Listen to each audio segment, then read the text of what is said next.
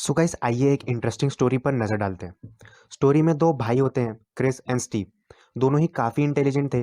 दोनों ने ही 12th standard में 92% से ज़्यादा मार्क्स स्कोर किए थे।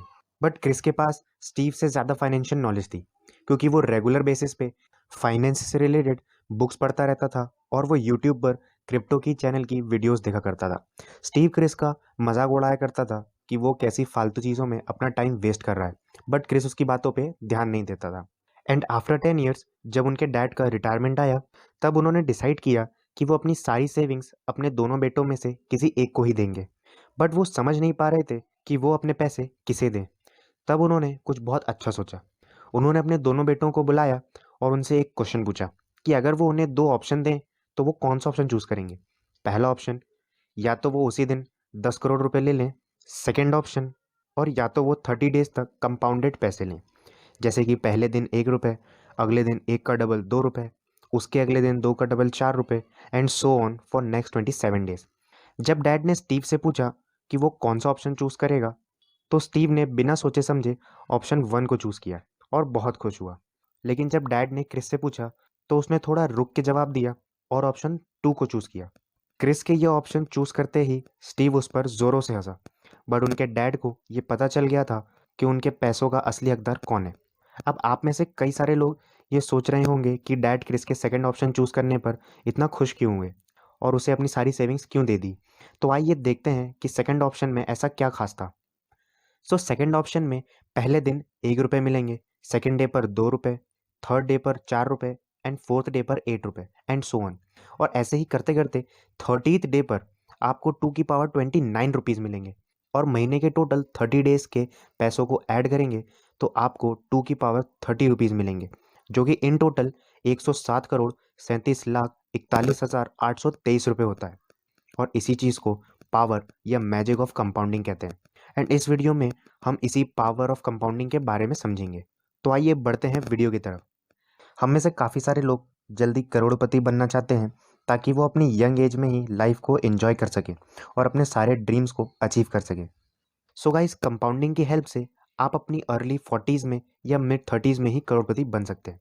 लेकिन इसके लिए आपको कंटिन्यू 10 to 12 ईयर्स तक म्यूचुअल फंड्स में इन्वेस्टिंग करनी होगी।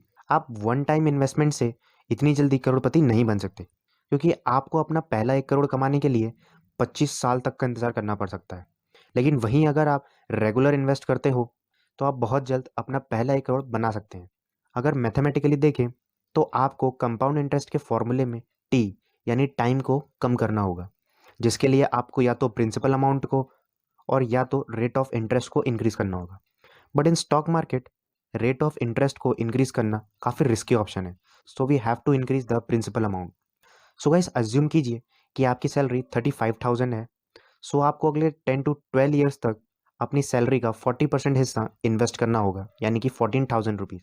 अब ये हमने जस्ट एक एग्जाम्पल लिया है। आप लोग अपनी सैलरी के अकॉर्डिंग प्रिंसिपल अमाउंट को कम ज़्यादा कर सकते हैं। बस उससे फ़र्क ये पड़ेगा कि आपको अपना पहला 1 करोड़ कमाने के लिए हो सकता है थोड़ा कम टाइम लगे या थोड़े ज़्यादा भी लग सकता है। गाइज, मैं जानता हूँ कि 40% ऑफ सैलरी मंथली सेव कर पाना बहुत मुश्किल है। बट अगर आप बेसिक फाइनेंसिंग सीख लें, तो आप ये काम भी काफ़ी आसानी से कर सकते हैं, क्योंकि ये आपको सिर्फ अगले 10 से 12 सालों तक ही करना है। उसके बाद आप अपनी मनपसंद ज़िंदगी बिना किसी प्रॉब्लम के जी सकते हैं। सो आइए मैं आपको लाइव दिखाता हूँ कि कैसे आप अपनी इन्वेस्टमेंट से करोड़पति बनेंगे। सो गाइज, ये है ग्रो का एसआईपी कैलकुलेटर। मैं भी इन्वेस्टिंग ग्रो ऐप से ही करता हूँ। अगर आप भी इन्वेस्टिंग करना चाहते हैं और अपने आप को फाइनेंशियली फ्री करना चाहते हैं, तो आपको डीमैट अकाउंट ओपन करने की लिंक नीचे डिस्क्रिप्शन में मिलेगी। और मेरे लिंक से डीमैट अकाउंट ओपन करने से आपको 100 रुपीज़ आपके वॉलेट में तुरंत मिल जाएंगे, जिससे आप या तो कोई स्टॉक खरीद सकते हैं और या तो ईजिली इसे अपने बैंक अकाउंट में ट्रांसफ़र भी कर सकते हैं। तो आइए अब हमारी कैलकुलेशन को देखते हैं। सो गाइस, जैसा कि मैंने आपको ऊपर बताया था कि आपको अपनी सैलरी का 40% हिस्सा मंथली इन्वेस्ट करना होगा। सो इस केस में 40% बनता है 14,000 रुपीज़। और हम एक्सपेक्ट करते हैं कि हमें 20% का एनुअल रिटर्न मिलेगा। एंड हम 13 ईयर्स तक की इन्वेस्टिंग करेंगे। तो देखा आपने कि कैसे आपकी हर महीने की इन्वेस्टिंग ने आपको 13 ईयर्स में ही 1.4 करोड़ कमा के दिए। है ना कमाल का। और अगर आप सिर्फ 5 साल तक और इन्वेस्टिंग करते, तो आपकी इन्वेस्टमेंट डायरेक्ट डबल से भी ज़्यादा हो जाती, पूरे 2.94 करोड़ रुपीज़। सो गाइस, यही है पावर या मैजिक ऑफ कंपाउंडिंग। आपको अपनी लाइफ का पहला 1 करोड़ कमाने में 13 ईयर्स लगे, बट नेक्स्ट 1.4 करोड़ कमाने के लिए सिर्फ 5 साल। मान लीजिए कि आपने 24 की एज में इन्वेस्टिंग स्टार्ट की हो, तो सिर्फ 37 की एज में ही आप करोड़पति बन जाएंगे और बाकी की लाइफ अच्छे से एंजॉय कर सकेंगे। सो गाइस, जल्दी से एक क्विक रिकेप देख लेते हैं। सबसे पहले हमने 30 डेज वाले एग्जाम्पल से कंपाउंडिंग की पावर को समझने की कोशिश की, जिसमें हमने देखा कि स्टार्टिंग में तो बस अमाउंट सिंगल डिजिट में ही बढ़ रहा था, पर जैसे जैसे टाइम बढ़ा और 30th डे आया, हमारे पास पूरे 107 करोड़ रुपए थे। और फिर बाद में हमने देखा कि कैसे आप बस अपनी सैलरी का 40% हिस्सा SIP के थ्रू इन्वेस्ट करने से ही 13 ईयर्स में ही करोड़पति बन गए। सो गाइस, आज के वीडियो में इतना ही।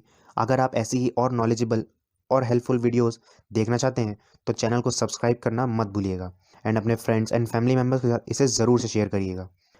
अगर आप किसी और टॉपिक के ऊपर वीडियो चाहते हैं तो उसे कमेंट सेक्शन में बता दीजिए। तब तक के लिए good bye and meet you again. Thanks.